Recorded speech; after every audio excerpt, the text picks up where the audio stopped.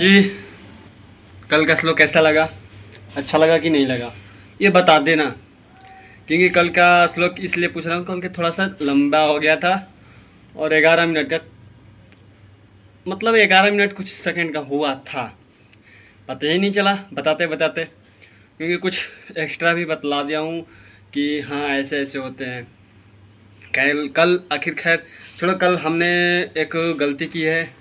बताया था कि 14वें श्लोक अभी तो हमने पढ़ाया नहीं, लेकिन उसमें मैं बता दिया हूँ कि श्लोक 14वें को जाकर पढ़ लेना है। अभी नहीं पढ़ाए हैं, अभी पढ़ाएंगे तो उसके बाद पता चलेगा उसके बारे में। ओके, तो आज श्लोक पढ़ना है 30, अध्याय 3। अभी अध्याय चैप्टर 3 चल रहा है।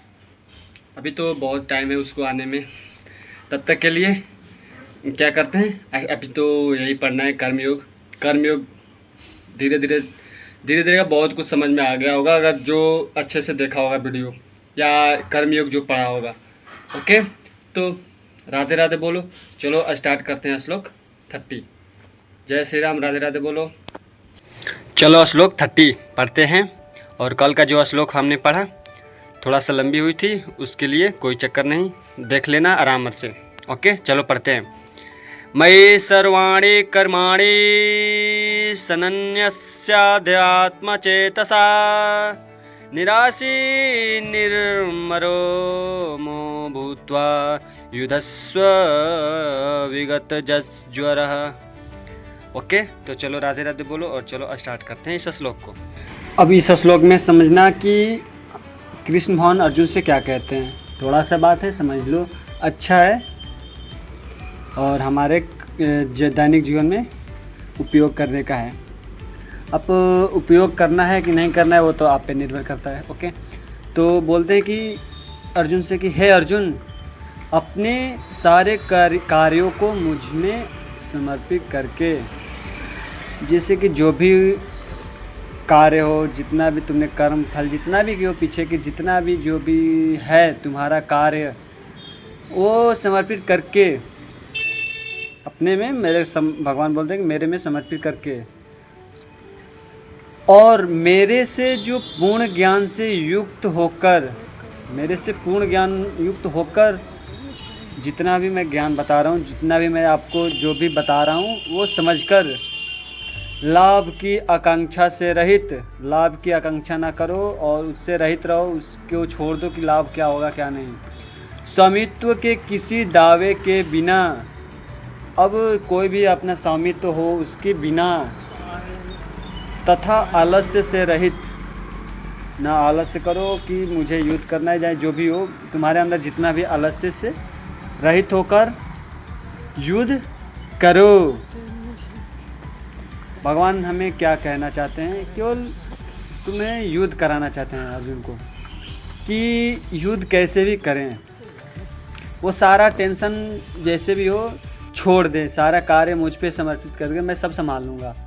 बस तुम्हारा कर्तव्य है कि ये कि तुम युद्ध करो। अब इतना तो अर्जुन को समझ में आ ही गया होगा, लेकिन अब होता है ना कि एक भगवान को बताना होता है तो सारा बताएंगे ही।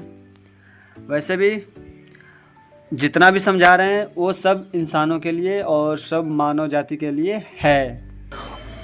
और जो इंसान तुम हो या कोई भी हो, गंभीरता पूर्वक से विचार करके जब वो कर्तव्य कर्म करेगा, तब वे कर्म करके, जैसे कि तब वो कर्म तेरे को बांधने वाला नहीं होगा।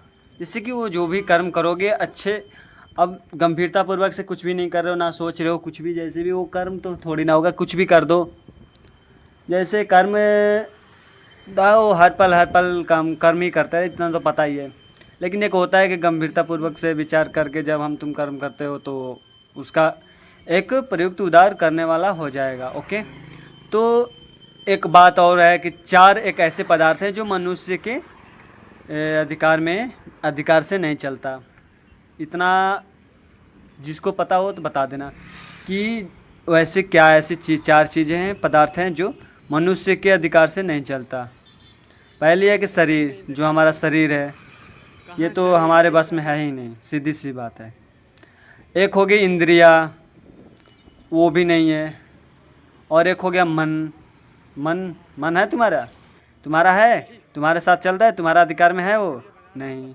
और एक हो गया बुद्धि, ये भी नहीं है। ये चार जो है ना, इन चारों को ना आप कभी भी अपने अधिकार में नहीं कर सकते। ये तो है केवल परमात्मा का, आत्मा के परमात्मा, आत्मा के भी आत्मा है जो उनके बस में है, वही सब संभालते हैं।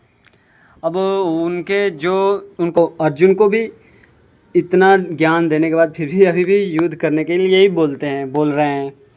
अब जो हम इस श्लोक में पढ़ रहे हैं ना, लास्ट के जो श्लोक है, ज्वारा, जो ज्वारा है, गीता विगत ज्वारा, इसमें ज्वारा आया ना, इसमें अर्जुन को इसमें गीता में समझा रहे हैं कि ये सब जो है ना केवल यही आया कि युद्ध में कुटुंबियों स्नेह, जैसे कुटुंबियों के स्नेह आदि से संताप होने की संभावना रहती है। अतः युद्ध रूप कर्तव्य कर्म करते समय विशेष सावधान रहने के लिए भगवान विगत ज्वर पद देकर अर्जुन से कहते हैं कि तू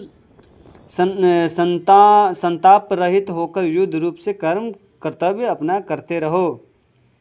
अर्जुन को समझाने का यही कारण है कि युद्ध के रूप में कर्तव्य कर्म तथा ये ना देखो, और अपना ये दोनों अपना ये नियम से पालन करते रहो। भगवान युद्धस्व पद से उन्हें युद्ध करने की आज्ञा देते हैं। फिर भी देखो आगे की श्लोक में क्या होता है, ये अर्जुन युद्ध करते हैं कि नहीं। जोरा का श्लोक समझ गए? जोरा का मतलब क्या हुआ, वही जो बोलते हैं जोरा, इसमें समझा रहे हैं, कृष्ण भगवान बोल रहे हैं कि जोरा बोले हैं ना उन्होंने, इसका मतलब यह है कि हम अपने जो कुटुंबियों हैं जी, वो जिनकी संताप होकर होने की संभावना रहता है, और युद्ध में जो युद्ध रूपी कर्तव्य कर्म जो भी है उसको ना देखो, ये अपना कर्तव्य का पालन करते रहो और राधे राधे बोलते रहो आप लोग, और कुछ नहीं। चलो इस श्लोक की यहीं विराम करते हैं, और नेक्स्ट श्लोक का देखते हैं कब है कब नहीं, कल पढ़ेंगे तो उसमें क्या है क्या नहीं। चलो राधे राधे बोलो, राधे राधे जपा करो, कृष्ण नाम रस पिया करो, जय श्री राम।